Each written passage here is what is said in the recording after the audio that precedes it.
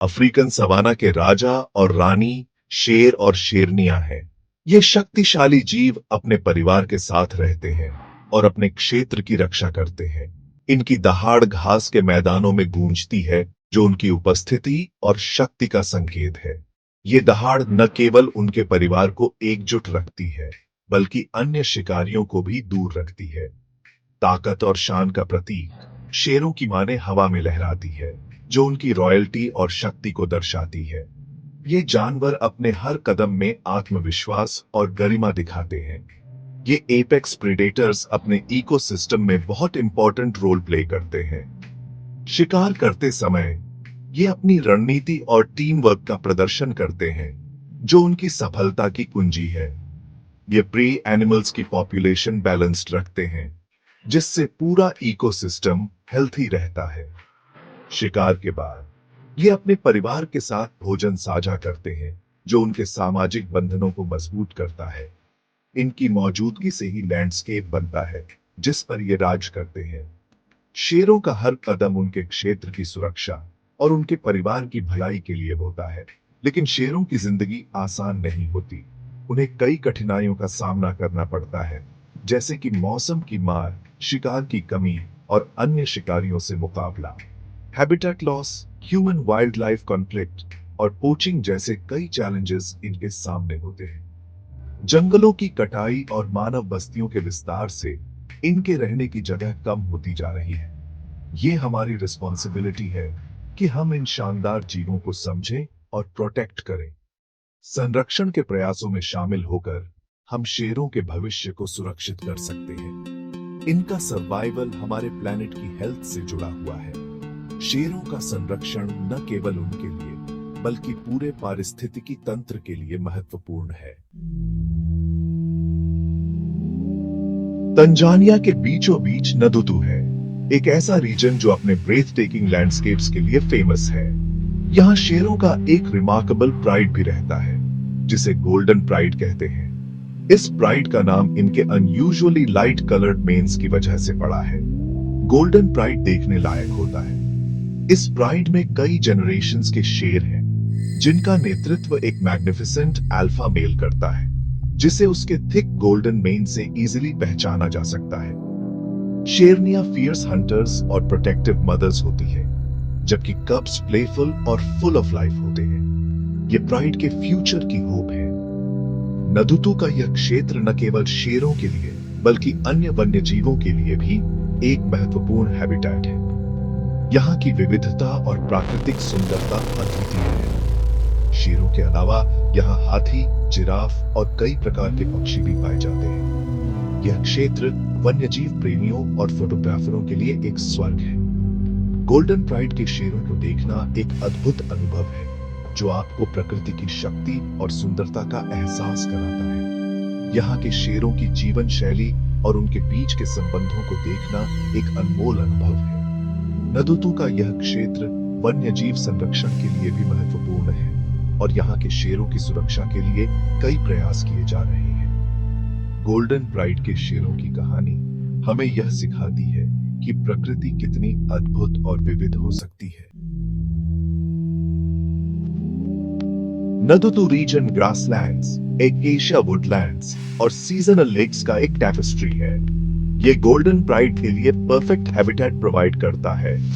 लंबे घास शिकार के लिए कवर देते हैं और बबूल के पेड़ स्कॉचिंग सन से शेड देते हैं। सीजनल लेक्स कई तरह के ट्री एनिमल्स को अट्रैक्ट करते हैं। गोल्डन प्राइड इस एनवायरनमेंट के हिसाब से ढल गया है और जानता है कि इसे अपने एडवांटेज के लिए कैसे यूज करना है।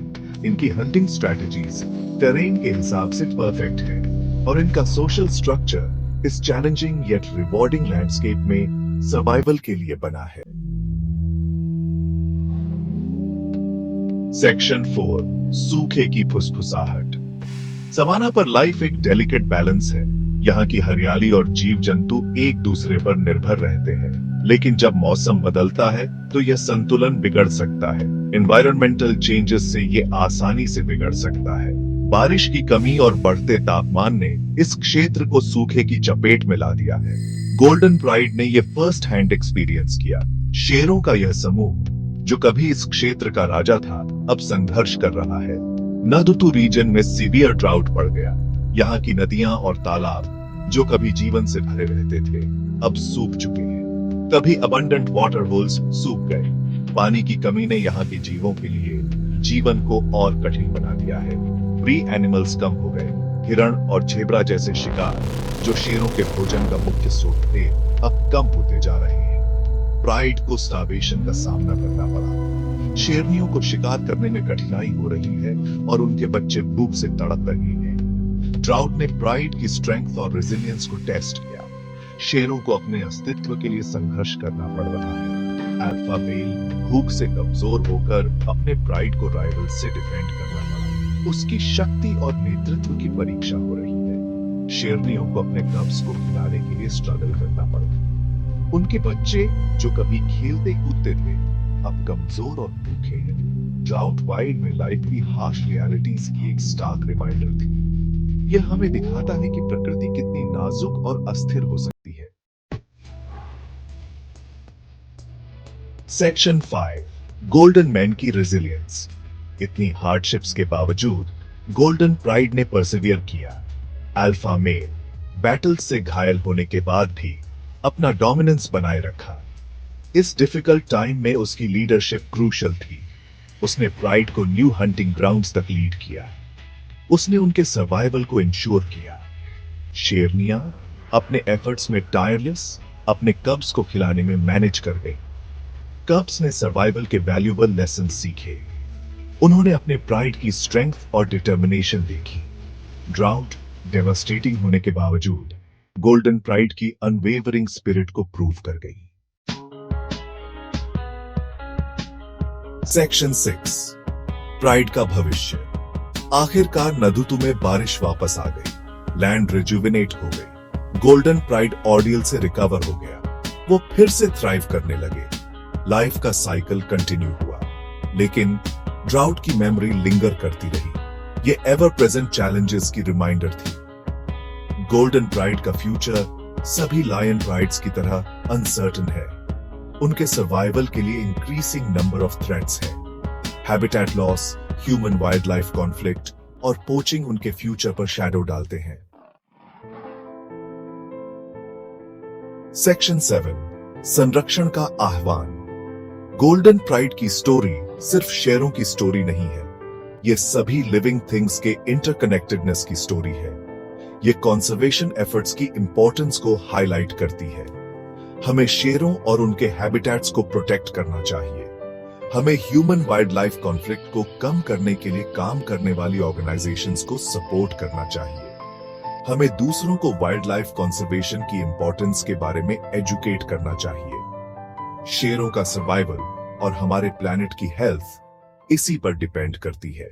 अगर आपको इसकी ये रोमांचक और प्रेरणादायक कहानी पसंद आई, तो ऐसी ही और नॉलेज और एंटरटेनमेंट वीडियो देखने के लिए वाइल्ड एपेक्स को लाइक, कमेंट और सब्सक्राइब करें।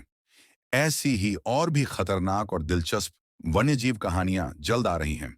मिलते हैं अगले वीडियो में।